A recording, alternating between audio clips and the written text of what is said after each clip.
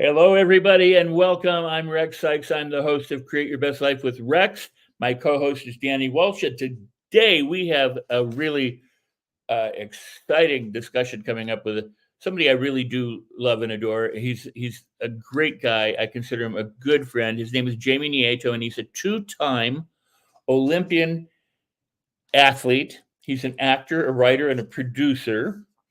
And he's a three-time All-American athlete who's earned his spot on the 2004 United States Olympic team in Greece, and then again in London in 2012. As a high jumper, his career has taken to over 40 countries. He's participated in three world championships, three Pan American Games, and won four national championships. I mean, Jamie is known as one of the world's best high jumpers, and he's ranked in the world's top 10 numerous times during his career. In 2009, Jamie appeared in his first feature film, The Encounter, which is ranked again in the top 10 faith based films. Jamie gets up there. It's really pretty cool. But he pursued his love for movies and acting and producing and writing and has reoccurring roles on Bounces TV's Family Time as a bartender and Netflix sci-fi called Away, playing Travis Barker opposite Josh Charles and Hilary Swank. And currently, Jamie has a recurring role in the Stars hit Raising Kanan, where he plays a retired gangster named Demo, who's now in a wheelchair. Because in 2016, Jamie suffered an injury which left him a quadriplegic, and doctors said he'd never walk again. But he defied those doctors' prescriptions and to walk his bride, Siobhan, 150 steps down the aisle unassisted. Their emotional wedding ceremony was shared around the world by various media broadcasts and an ESPN special feature. Jamie's passion and his drive for success is uncanny. He's developed several original pilots, including a gritty crime drama that he wrote and starred in called Blood Brothers. And I love that. I mean, that's we met, and I saw that when we first met, and it's truly a really wonderful series that he did. And he currently writes for one of the number one rated shows on Bounce called Family Time and another show called In the Cut. And he's continuing his road to recovery while living his dreams of acting, writing, producing, and he's not letting anything get in his way. His wife is also an Olympic champion. And on top of that, she sings and was on America's Got Talent. So I'm going to have Danny come on, and Danny and I are going to bring Jamie on. And you're going to love this conversation because Jamie is somebody that I truly adore, and I think you really need to hear from him. Hey Rex, how you doing? I'm great. How are you, sir? Doing very well. This is going to be a really good show. And speaking to Jamie just backstage, listening to some of the things that he's done in his career and how I guess our life has its way of testing you, right? And to be able to see the resilience and the story and all the rest of it. I can't wait to get into this. I know you can't. And if it's okay with you, let's bring Jamie to the stage. Hey. Jamie. Oh, and so if the audience doesn't know, I write about Jamie in my book Life on Your Terms, the one behind me. I'm going to turn that off because I'm traveling and I don't have a screen and I'm in somebody else's place. But I'm gonna turn it off so that it's not distracting. But Jamie shares a prominent part of Life on Your Terms because of his attitude, his faith, and his dedication to not only being his best, but also helping other people be their best. That's right. Hey, so I think listening to the intro and it's like I wasn't familiar with the story, Jamie. Forgive me because what an amazing story. Rex covered a lot in that intro, and I think for anybody who just doesn't know you and really to sort of go back to the early days of your career, how does one go from being a young man ready to face the world to Olympics to TV and acting and all these things? And it's like, well, that's a story, right? What did the early days look like? What was the things that were sort of driving you as a young man? Did you ever believe that you would get to where you are, or what's the early years like? Yeah, I don't know. Like I started out kind of late with track and field. I started out high jumping when I was about 16 years old, and I was a junior in high school. And a friend came to me and said, "Hey, I was trying out for the basketball team, but I didn't make the team because I had a bad grade in geometry." And so I wasn't going to do any sports that year, and I was kind of bummed out. And so a friend was like, "Hey, why don't you come out for the track team? By the time you get your grades up, you'll be able to, run track." And I was like, "I don't like running, so no." And so he was like, "Well, okay, well, it's not just running. You can do the high jump. You can work on your jumping ability, and then next year you'll come back for basketball, and you'll be dunking on everybody." And I said, "Oh, that sounds appealing." I said, "Okay." So I went out for the track team and started jumping, and had a lot of fun with it, and something that I could rely on myself to do, and I like that it was a co-ed sport, and we could travel and all that good stuff. So I had a lot of fun with it. So after that season, I ended up jumping 6'4", which pretty much was my height at the time, and still, and and I made it to the state meet, the California state meet, and so I just had a blast with it. It was me and two girls who made it to the state meet, and so my friend who had encouraged me to get on the team or try out for the team, he had been running track for a long time, like almost all his life, and so I was like, wow, well, if he didn't make it to the state meet and I made it to the state meet, we have a team of about 60 people. I must be pretty good at this. So, and obviously I was having a lot of fun. So I was like, I'm definitely going to do this next year. And so I did it again my senior year. And that was kind of the beginning of the journey for track and field. But, prior to that, I grew up in Sacramento and with a single, parent household. And my mom worked odd jobs and we moved around a lot. And, it had its ups and downs, and so for me, when I saw that I had a talent at high jumping, I thought that this could be a way for me and my mom to have a better life. Wow. Yeah. Well, Danny, I've been fortunate to know Jamie for at least 10 or 11 years, maybe a little longer than that. And what I've always known about him is, when he puts his mind to something, he makes it happen. He makes it happen. And we did the podcast. I mean, originally Rex Sykes Movie Beat, where we talked about your commitment as an athlete and how you brought that to the movie business and how you used what you knew to do as an athlete inside your head and how you conditioned your body to do that for success for yourself. I want to continue with this for just a second, but it just occurred to me that we're live, and if people are watching, there is a chat room, and they can chat and comment and even ask questions while we're live. Obviously, in the replay, you can only leave comments, but you can like it and you can subscribe and all that. But do take advantage if you're watching live to ask or ask questions. So, do you mind if I just jump right to the kind of elephant in the room? Yeah, wherever you want to go. For those who don't know, I mean, we mentioned it, that you had this accident in 2016, which was April, and I think I found out in October or November, and I called you up and I left a message, which essentially said, if anybody's going to overcome this, it's going to be you. And you responded back, I think through Facebook or something, and said, well, as a matter of fact, I am seeing progress. I am doing these things. And it might have been that year in December when we met at the restaurant, and that was the first time I met Siobhan. Yeah. And so you were, I'll let you describe it, but I mean, you were injured, and then from there you were on in a ventilator where you had you could move your left pectoral muscle or something, you couldn't do anything, and they said if you were lucky you might be able to feed yourself. I mean, it was very dire. Yeah. So not all of us are faced with things like that, of that consequence, but many are. So when this happened, and you found yourself in that situation, where did you go? What did you do? How did you do it? Oh, okay. Yeah, when I was competing, I always like to have fun, as I would hope everybody would. And after the competition, I always like to try to put on a good show, because I always thought of sports as it's entertainment, and you want to put on a good show for the crowd. People paid their money to come out and see you. You might as well put on a show for them. So after I would finish jumping and competing, I would do a backflip and I would wave to the crowd and I'd walk off.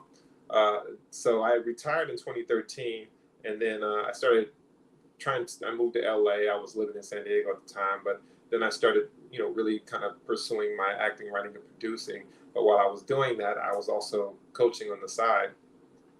So I coached at like UCLA as a volunteer coach, and then the next year I was an assistant coach at USC. I got an actual job, and then the next year I decided being a D1 college coach is a lot of commitment, and it's a full-time career. So I wanted to be able to have time to be able to still pursue my acting, writing, and producing. So I felt like, just coaching post-collegiate athletes was a better route for me. So, and then 2016, I was coaching, we were doing drills, and I would train with the athletes a lot just because I just wanted to stay in shape. And, I always felt like it was kind of a healthy lifestyle choice. And so we were doing drills and we were doing some somersaults, and I was on some AstroTurf, and I did a somersault, and then I was like, let me try one more. And so I tried one more, and when I did that, my foot slipped, and my feet kind of splayed out in the air, and I went from my feet to my head, and I hit my head, and then the rest of my body kind of toppled over. And I was laying there, and I heard this voice that said, don't worry, you'll be okay, you just got to go through this. And I was like, what is, and then it was almost like my life just kind of started flashing before my eyes, and it was like I was seeing different things in my life, and I was seeing like people who I knew who broke their neck, or I got injured and got back up again. It was just so many random different thoughts. And then, like one of the athletes came into view, and I was like, hey, I need you to call 911. I've been hurt really bad. And I couldn't breathe very well. I just couldn't feel my body. I couldn't move anything. And so the next thought was like, please God, don't let me be paralyzed. So eventually I was, the paramedics arrived, and I was medevaced out of there to LAC USC, which is the hospital in Los Angeles. And the diagnosis was that the disc between C3 and C4 slipped and bruised the spinal cord. So they had to do surgery right away to take the disc off of the spinal cord and then fuse C3 and C4. So we did that, and then they said after that it's just a recovery time. And the doctor, was hoping to see more movement, but she wasn't seeing the movement that she wanted, and so her guesstimation was that I would probably get around 30% functionality back, which they thought was probably maybe feeding myself. And at the time after the surgery, I could kind of like shrug my shoulders, like everything from the chest up felt normal, but from the chest down felt like I hit my body funny bone. Like you have the funny bone on your arm, and your whole arm kind of tingles up, but like my whole body from my chest down was tingling. And so I told the doctor, and my fiance at the time or girlfriend at the time told the doctor, no, we don't believe that. I'm going to get 100% functionality back, and it might take some time, but I'm going to get there. And so I was in the hospital for about 2 months, and it was a lot of hard work. There's a lot of things that I didn't realize I was taking for granted. Just waking up in the morning and getting out of bed and walking to the bathroom, using the bathroom yourself. Like so many different things that we as people take for granted that until you can't do it anymore, you don't realize. And so I had a different outlook on life and what I wanted, and realizing that tomorrow is not promised. Tomorrow is, it doesn't mean that you're going to be here. So, like I literally could have died that day, and that would have been it. So now I feel like it was a new opportunity to defy the odds again, as I had did so many times as an athlete. In 2012, I was the second to last year, my penultimate year of track and field before I retired. Like I said, I retired 2013. 2012, I was 35 years old. And at the beginning of the year, I wasn't picked to make the Olympic team, mainly because of my age, and I've been jumping okay, but nothing that they were like, oh yeah, this guy's going to make the team. And so, it was kind of a wing and a prayer, but I did a lot of visualization. I worked hard. I stayed positive, and I just kept going at it. And in 2012, I ended up winning the Olympic trials and becoming the oldest American high jumper to ever make an Olympic team, oldest male American high jumper. And so, after doing those things with the hard work and the dedication and the visualization and the prayer, that let me know there that anything is possible. So I translated that and transferred that idea and knowledge to what I'm going through now, into hey, it take some time, but I'll get there.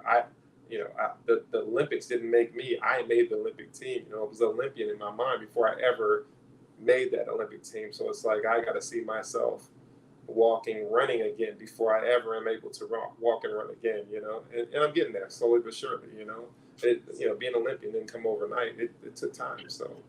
Well, no, I love that you just said that. Being an Olympian didn't come overnight, and it does take a certain amount of time. And I want to come back to the that you visualize and do the affirmations and the certain I'm going to do this. But when we had our first, I guess it was lunch after your accident, and you arrived at the restaurant. I was in the restaurant, and I saw you come in, get out of the car, and it took about a half an hour for you to get from the car into the restaurant to the table, and you were with Siobhan and another, and I was in complete awe. I didn't want to interrupt the process or anything. I just watched. I felt a little awkward because I'm not running out to say hi, but you came in and you sat down. But what impressed me was the fact that here's a guy who, I got to hang out with. We got to go around movie sets and do different things together. And, never, ever once thought about walking or anything. We just did it. And then I'm watching you, and you've got a walker, and you've got people standing near you. And you're having to deliberately move all of the muscles in your body in order to move yourself forward, and to bring yourself from where you were into the restaurant. And I was just blown away by that level of commitment and effort, and desire. And you were coming to see me, and I'm sitting there letting you walk for half an hour to do it, as opposed to running out and say, well, maybe we can just have a sandwich out here. But that is the guy that you are. Now, in May, we were together, and we walked in and out to the car together. So it's the progress that you've made in the years, but also talk about, and then Danny's got a lot he wants, but part of your commitment was to walk Siobhan down the aisle. When was that? 2018? Was that the year? 17. Okay, so I thought it was a year later, but I wasn't.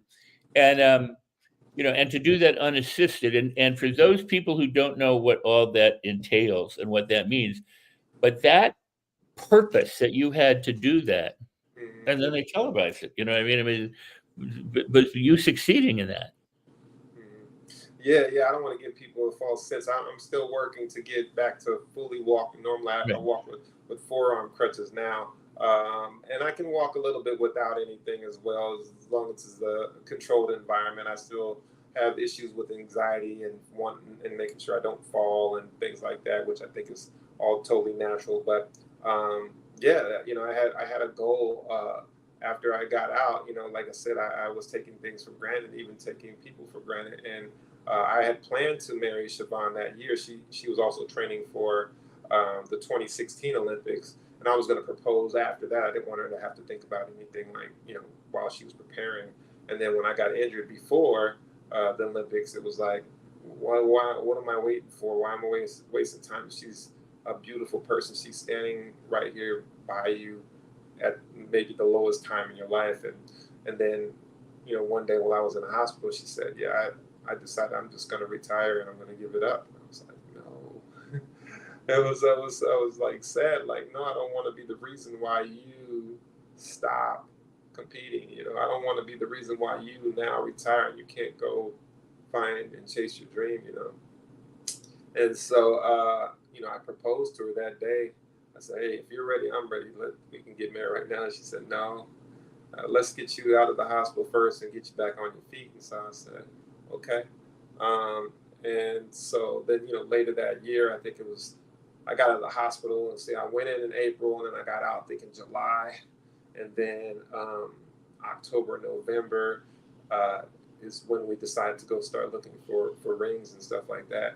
And then I was like, well, when are we going to get married? She's like, I think a summer wedding would be great. So I said, okay. So that's my goal. Let me start working towards that. And so as I was doing rehab, still, I was barely able to like walk 2 or 3 steps. I mean, I literally was stumbling, falling 3 steps. Like I didn't have hardly any control at all. And so I was like, well, I'm thinking, it might take about 150 steps to get out of the church. So that'll be my goal, So I just started working on it and working on my walking. And those 3 steps got better and got coordinated more. And then, a couple weeks later, I took like 6 steps. And, a couple weeks later, I took like 12. And it just kept compounding and compounding more and more and more until, maybe a couple months before July, I said, hey, I did it. I took 150 steps.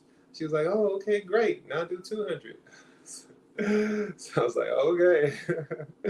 So I ended up doing like 206 before the wedding. And then I just gave myself a little time to rest and get some rest and get mentally ready for the wedding, kind of in the same way I would do for a big competition for the Olympics or something like that. You take 2 weeks, you start kind of de-escalating your training, and so you can be fully rested and ready to go and peak at the right time. So that's what I did, and thank God I got there, and she came singing down the aisle. My eyes are watering up, and I didn't want to stand there with anything, so I just stood there. I didn't have anything that I was holding on to, and I had a cane just in case, for whatever reason I needed to grab it. I could, but I didn't want to do that. So I just stood there and I was trying not to cry, but my eyes were like watering up. And I'm like, oh, if I can't see, my balance is going to go horribly wrong. So I tried not to, I couldn't look at her. And then she made it down, and then we got married, and then we walked very slowly back down the aisle and outside to the limo. Wow. Well, one last thing, and that is, you said, the anxiety of falling and this and the other thing, and we certainly don't want people to have the impression, because, that somehow an Olympic athlete, a 2-time Olympic athlete, and all this stuff that you've done make you superhuman. You still have the same, things that humans face, and yet you also have your own discipline, your own mindset discipline, your emotional discipline, your physical discipline, and all those kinds of things that assist you. And that came at a cost. It wasn't like you waved a wand and suddenly you had it. It condition and dedication to all of that. Yeah, I literally started like from zero with like no strength at all, and had to work to where I'm at today. And like there's a lot of people who get injured and the doctor says you never walk again, and they just accept that and they don't do anything, so they don't get any better and they just stay where they're at. But I didn't accept that. I decided, hey, I'm going to work hard. And if there's an opportunity for me to get better, even if it's just 1%, I'm going to go for it. What else do I got to do? So I just keep working and keep working hard. If it takes 10 years, then it took 10 years. But now I'm back. But if I never started, I would have never got there. If you never start the race, how are you going to finish? So. It's a tremendously inspiring story, and we've got comments from Melissa and Sandra and other people in the chat as well. Everybody here saying thanks for sharing your inspirational story. When I started, I sort of took you right back into how you first started in this entire process, and then Rex has kind of fast forwarded us to this point. Throughout both of those sort of stories and different points in your life, goal setting, visualizations, the desire, the determination, not quitting, all of these things, it's kind of like painting a list of ingredients of what makes up your good self, right? Are there any other things that you would say make up that list of ingredients that make up the man? Because there's a lot of power in your thoughts and the sheer determination and focus, and to not accept these things that other people would just say, oh man, that's the end. What are some of the other ingredients in your opinion that that make you? I would say discipline.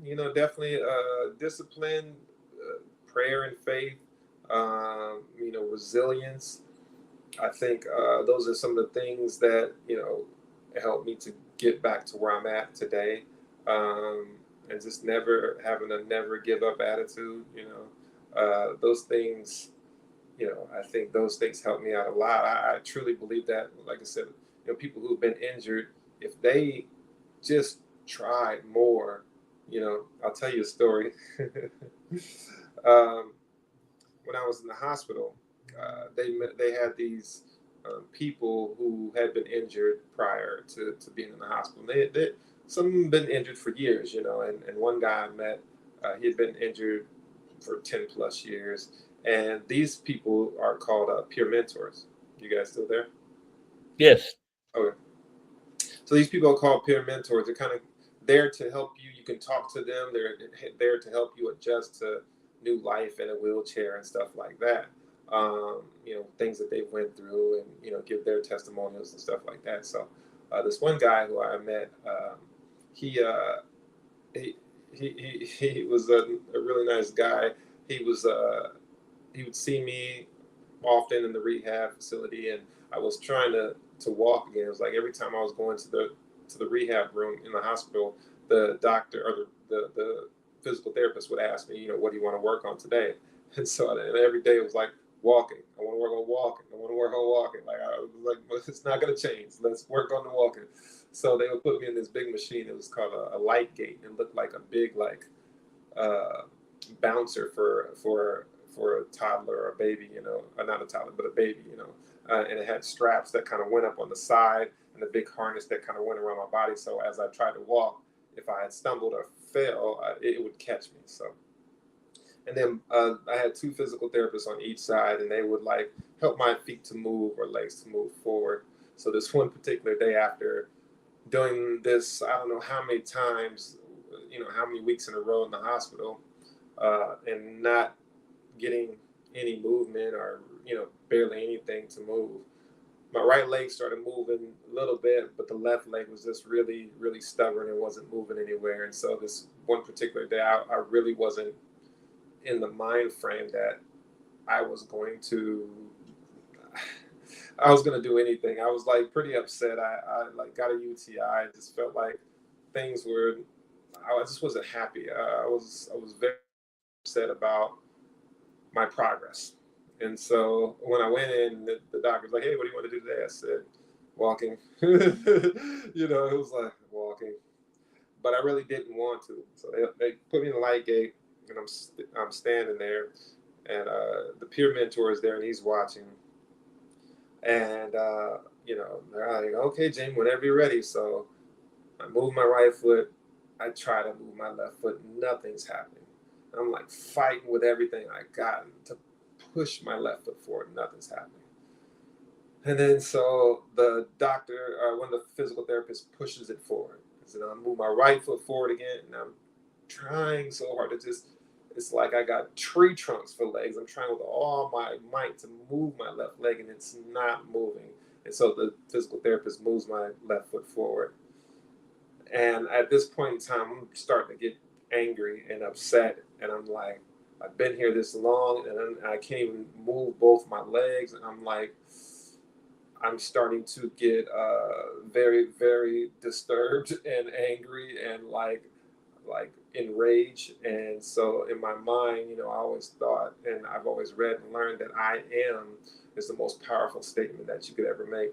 If I'm getting ready to high jump and I say, I think I can clear this bar, or I'm going to try to clear this bar, 9 times out of 10, I probably won't clear it. But if I say, I am going to clear this bar, and I believe it in my heart 100%, 9 times out of 10, I'm probably going to clear the bar. So using the words I am was powerful. So I just started telling myself, I am going to walk. I am going to walk. And that visceral fear and anger and tears started coming out, and my left foot just slightly moved forward. And then I pushed the right forward.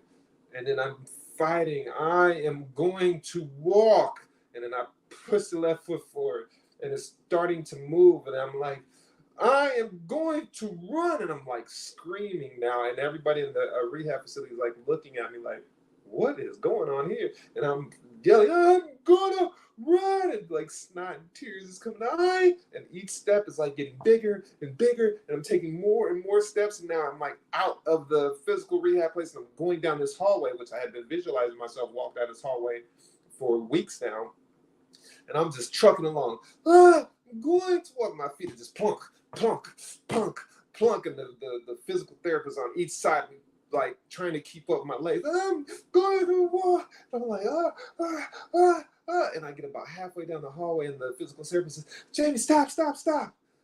And I stop. He says, wow, he said, that was great, Jamie. I couldn't really keep up. I'm sorry, I had to stop, and that was amazing. And he said, stay here. Let me go get a chair so you can sit down and rest. And I'm like, and I'm like tears, and it's like I'm like so upset, and like just like fighting with everything I got. And Siobhan is my wife is there, and her aunt is there, and they're tearing up and they're crying like they can't believe they just saw me do this. And then the peer mentor, he was out in the hallway too, and he looks at me in my eyes and he says, I never tried that hard. Wow. Well, geez. I mean, I hope that everyone, I really do. If the world, if every 8 billion people could see what you just described, I think we'd be better off, because there are so many people who, what you just said about the mentor, say, I haven't tried that. I didn't do it. The level of commitment, people complain, but they don't get off the couch. It just is what so many of us do. And yet you do that for walking. You also did that for being an athlete. You also do that for your film career, and the way you help people. So before we go too far, I don't want to segue out of there too much, but I also want to say that you have a foundation that you created, and have you talk a little bit about that, so that people who are watching right now understand not just what you're able to do, but who you actually are. Yeah, thanks, Greg. So we have a foundation, because when I was in the hospital, I didn't have any insurance, I didn't have a job, I was side coaching and trying to act right and produce. And so when I got into the hospital, and my wife started a GoFundMe, and a bunch of athletes and people from around the world came together and donated to help me with my rehab and get me back on my feet, which was tremendous, that these people came together and helped me out. So we wanted to start a foundation where we were able to do the same thing. So if you donate to the foundation, it's called Helping Others Triumph Foundation. And I think Rex had put up the website, but it's so we can take that money and give that opportunity to other people who have been injured or had spinal injuries, to be able to get an opportunity to do rehab as well. So that's what the foundation is all about. Sorry, we've put the link on the screen, and we've got comments coming in different places on social media and on YouTube. And I think just listening to that story is just like Rex said, if 8 billion people got the message, if one person got the message, and I guess that's what you're trying to do with the foundation and being able to help folks, because they say you've got to have been there, right? And clearly you've been there. What are some of the success stories that you've had from your work doing the foundation? Yeah, we've just basically taken some of the money to give people some physical rehab. We've had some who've done like massage therapy work and stuff like that. So I think just getting back into it and doing the rehab and doing it is a triumph within itself. Like I said, it's one step at a time, one day at a time. Just keep pushing, keep going, and you'll get there. And there's one thing that just keeps coming back, and I mentioned it in sort of the last segment that we led into that amazing story. This notion of being able to visualize things. You visualize yourself walking down the hall. You visualize that weeks before this moment happened. Yeah. You visualize so many things in just in this last 35 minutes we've been talking. How does that work in, and how do you describe the process? Is there a process? Where did you learn this stuff? It's like, can anybody do this? Talk to me about this visualization thing. Yeah, anybody can visualize. Anybody can visualize.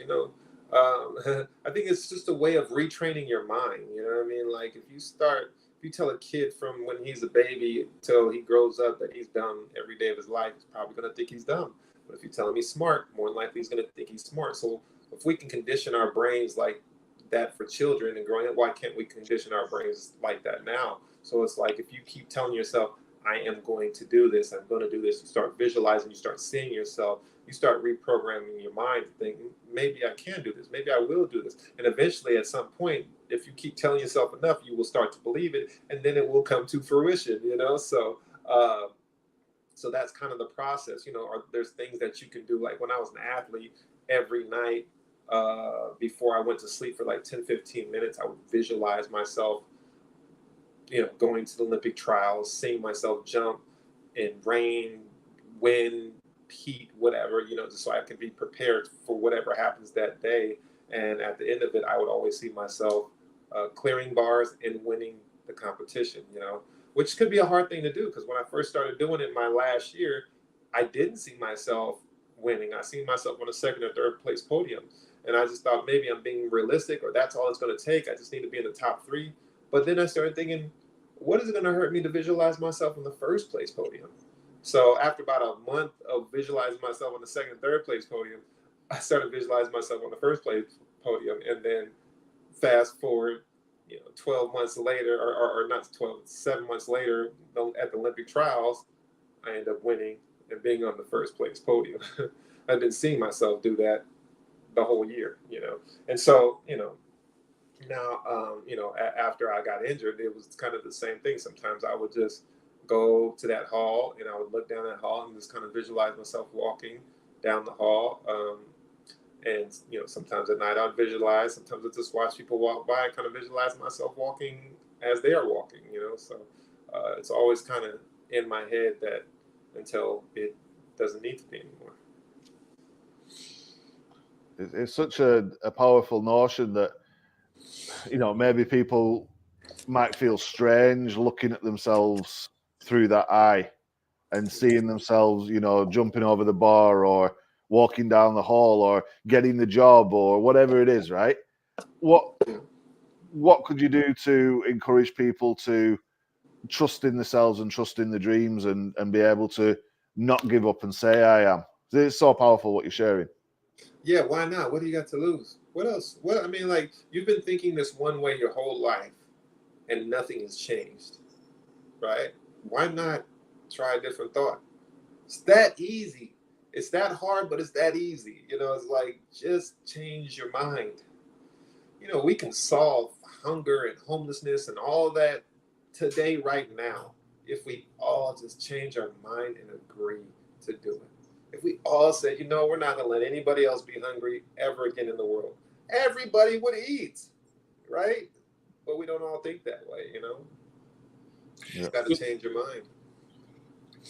You make a really important point. I completely agree in that, if you stop yourself from getting the results that you want to get, you will always stop yourself from getting the results you want to get. But if you move through that, you can also do what seems to be impossible.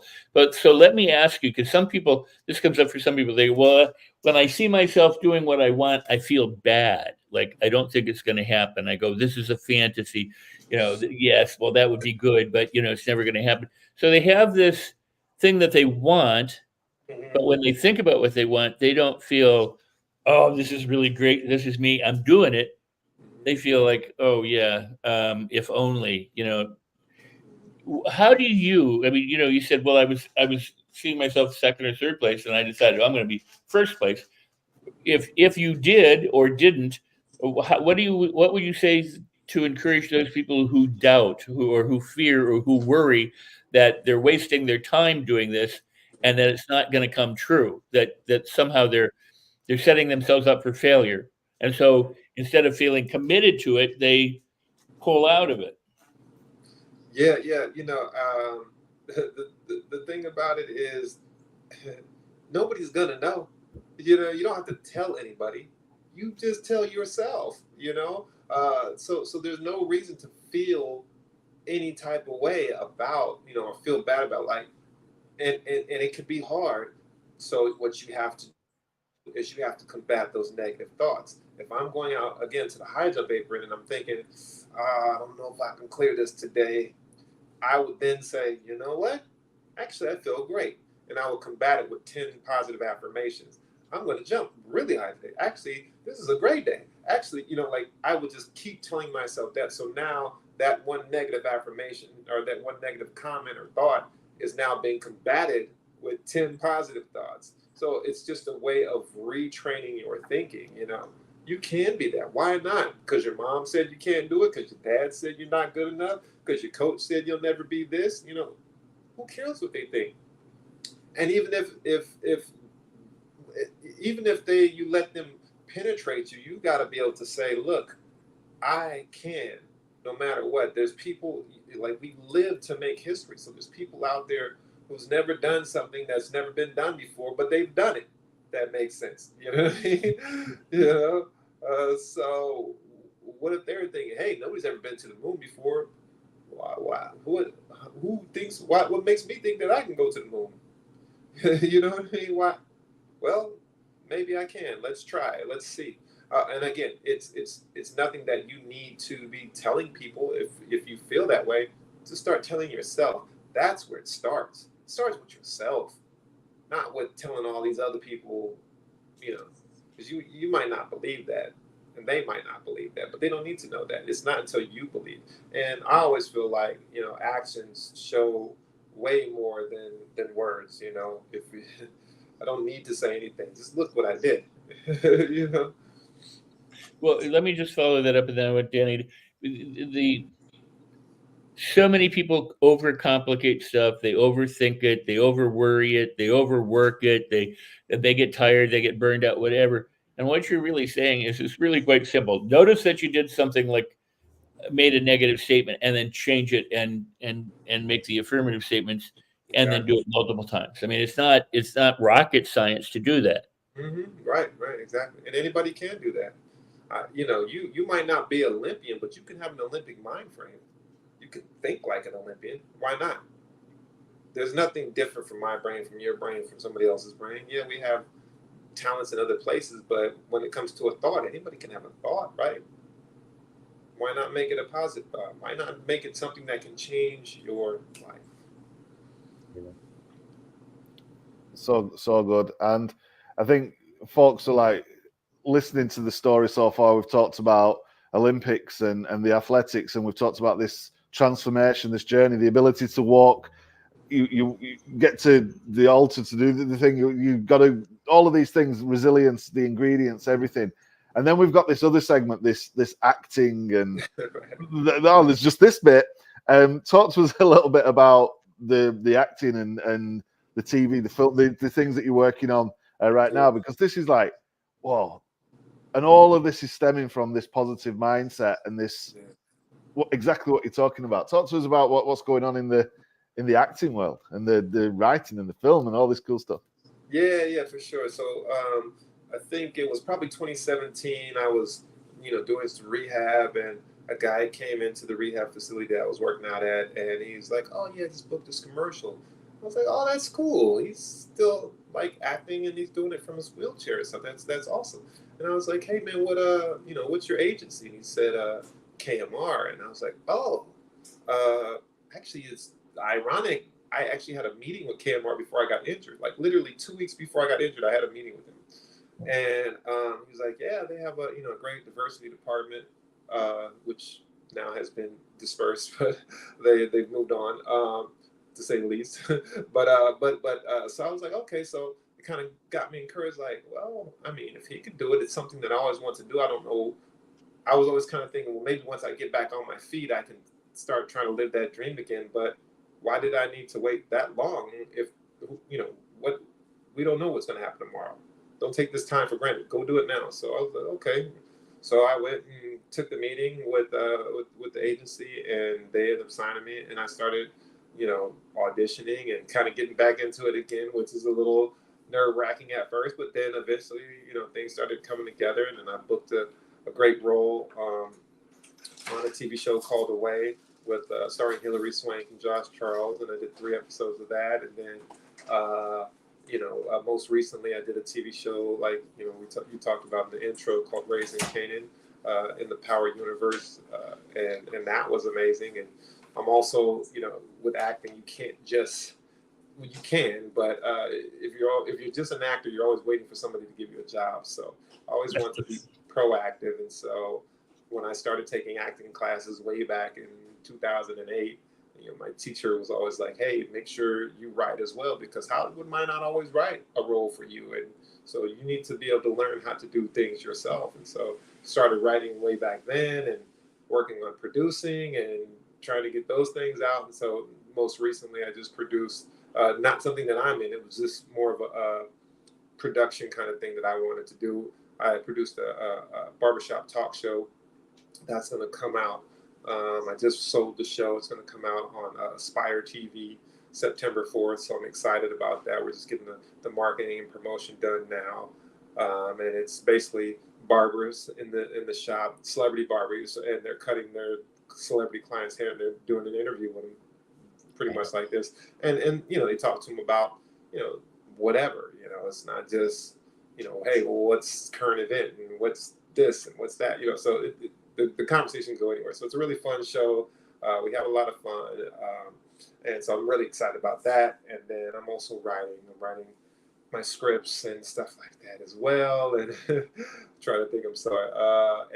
We'll talk about, just because you got some news right before we were doing this show, and you have a commitment for a couple. Tell them, you don't have to say what it is, but I mean, you've got a project that you need to have done by Friday. Yeah.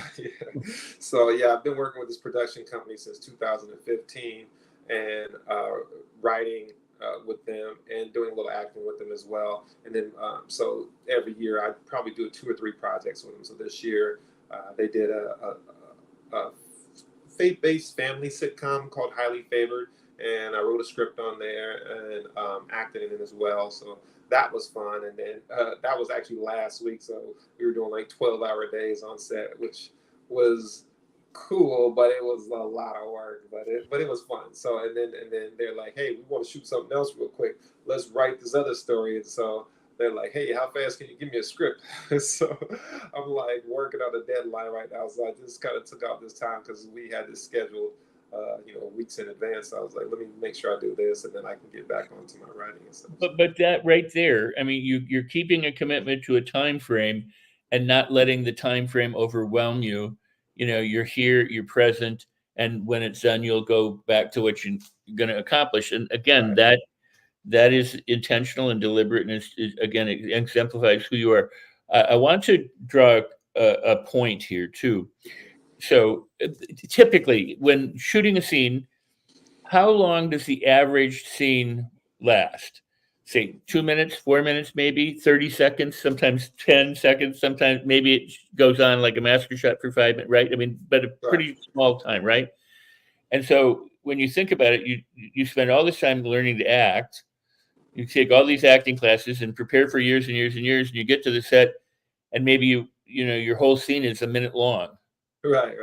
And as an Olympic athlete, how long does it take you to go from start to the high jump? Oh, less than 10 seconds. I mean, So less than 10 seconds. So in the Olympic, no, I'm sorry, I cut you off, but every 4 years is the Olympics. So for that, you spend 4 years preparing for 10 seconds worth of performance, but not just the 4 years, but an entire lifetime to be an Olympic champion. Right. So, I mean, and people go, well, it's too hard. And you go, but this guy has spent his lifetime so that he performed 10 seconds and then maybe another 10 seconds. And if he's lucky, he gets another 10 seconds. You know what I'm saying? It's not, but, and I hope my point is being made without me having to make it any further than that. Same thing with the acting. You spend a lot of time preparing, the performance is actually quite short, but it's truly rewarding, and it can be outstanding what comes from it. Yeah, definitely.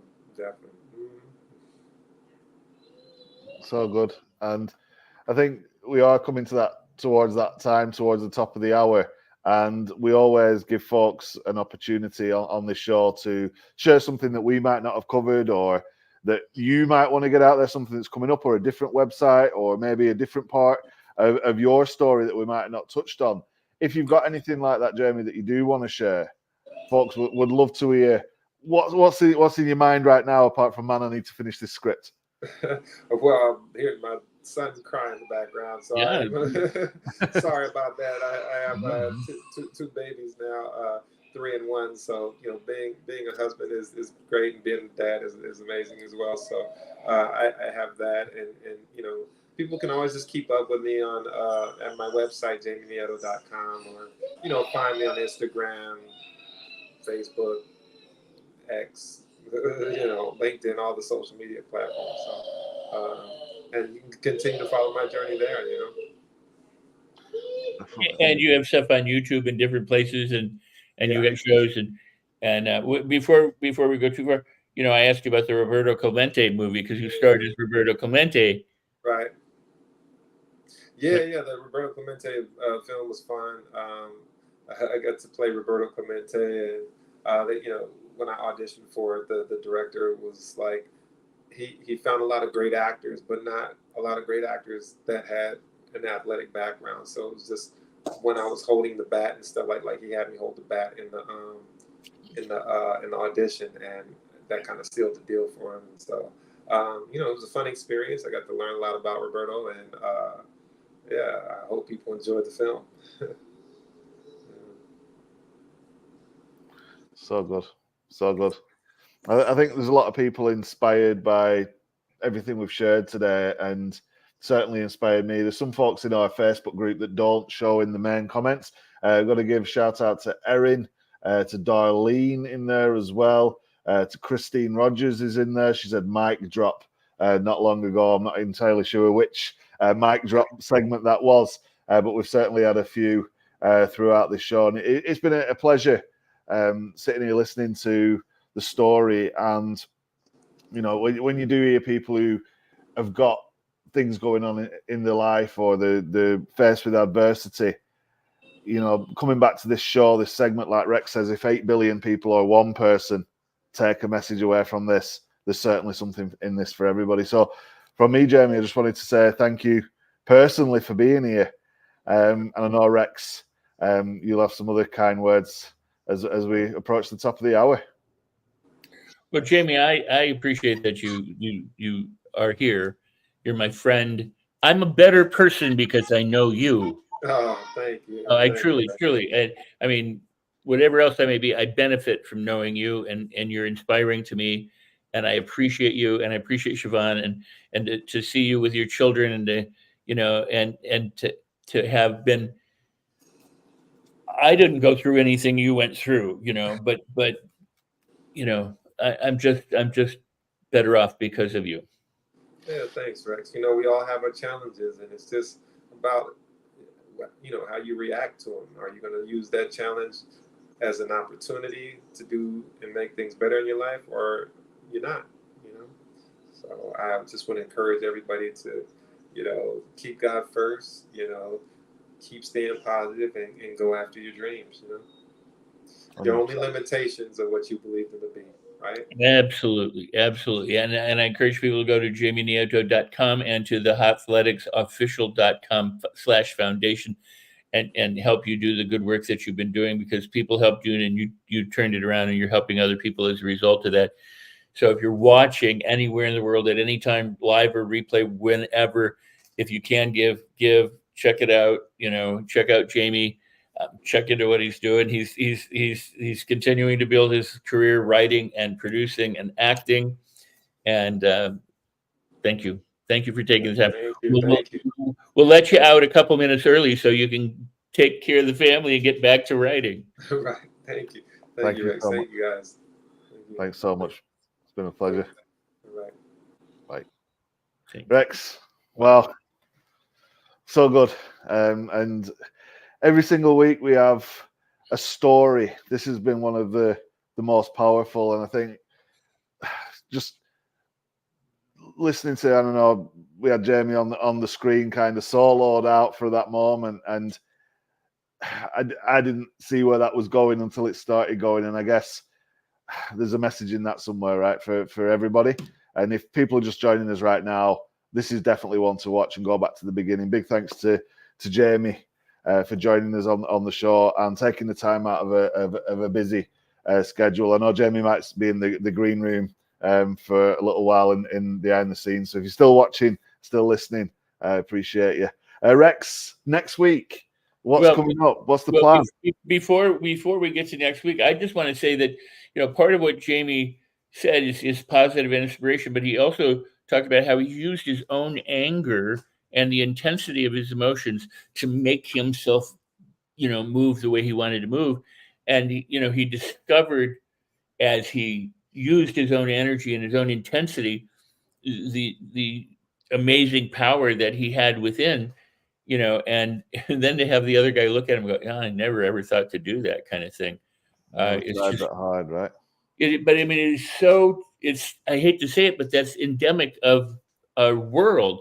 People just go, I didn't think I could do that. So it never even occurred to me to do it. And so what I hope people take away from Jamie's thing is, if you have a goal, you have a dream, whatever that may be, you have a physical condition or something that you need to get over or want to get over, heal, and, to use the power from within and the assistance from without, but the power from within to, as he said, the only limitations are the ones that you have in your own mind, and to get through it however you can best get through it. And the power of positivity doesn't mean that you don't use your anger. It means that you use it productively, as opposed to what most of us do. And we hurl things at the wall and we get mad. We lose it. He directed it. And, whether it's positive energy, I can do it, or damn it, I'm going to do it. He did it. And I just think it's such a powerful lesson. As to next week, it's a surprise right now, whether you and I are going to do it solo so that we can catch up and talk about important things that we haven't been doing, because we've had some guests, and we do have other guests. We've got, I will say, next week is the 24th. After that, we've got Jeremy McDonald, correct?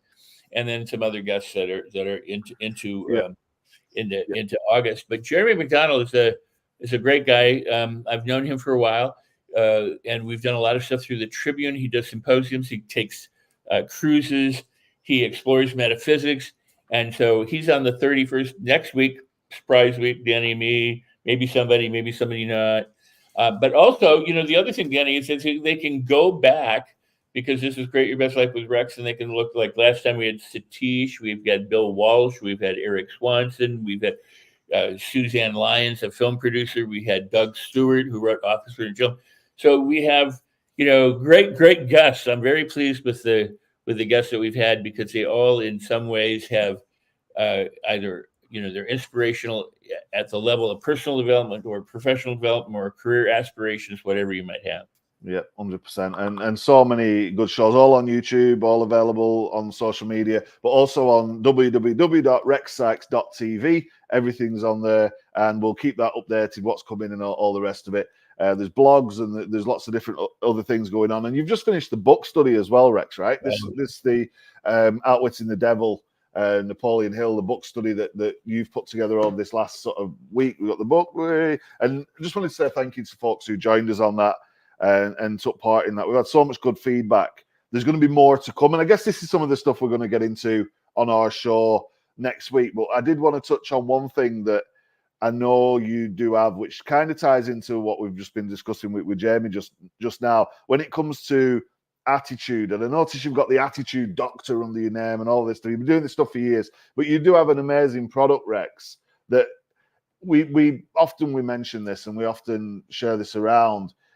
Talk to me a little bit about the Attitude Activator, because I know we've got a few minutes left, and I just want to pre-frame what we're kind of going to be talking about a little bit next week. But I know that there's this thing, and when it comes to activating the positivity, is this something that might be able to help folks? Oh my God. I'm very pleased. I mean, Attitude, first off, is the number one predictor for success in all areas of your life, whether it's health and healing, happiness, relationships, your finances, wanting to do whatever you want to do in terms of, career fulfillment or athletic fulfillment.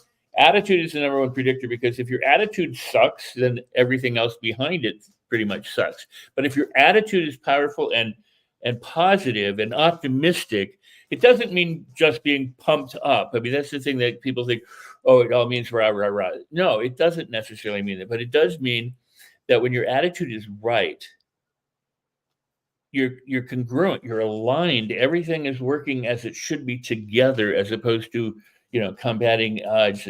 And because when your attitude isn't right, it's like you're standing on a dock with one foot on the dock and the other foot on the boat, and you're going back and forth like this. And you want to be in the boat or you want to be on the dock and you aren't really sure. But when you know what you absolutely want, when your attitude is right, you just get in the boat and go to your destination. So I have a program called Mind Design, and part of the whole Mind Design program was to get people to be able to activate their attitude, but easily, with fun, and to take what seemed to be hard for most people and make it delightful and make it easy. And so I created this audio program. It took over a year to write it when I did, and script it.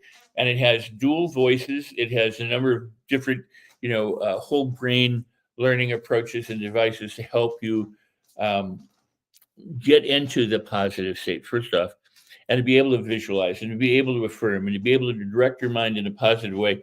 So in some ways, it does all the heavy lifting for you. But what it does help you to do is to reprogram your mind for the right attitude in any situation. Because sometimes you want to be peaceful.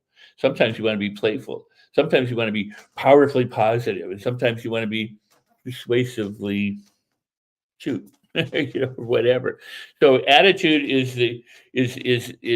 the way that you develop your attitude. You wear this with headphones, you listen to it, and it's designed to do away with itself. So you learn a process whereby, as for example, Jimmy was saying, you recognize when something isn't working and you change it, you shift and you go to the other direction.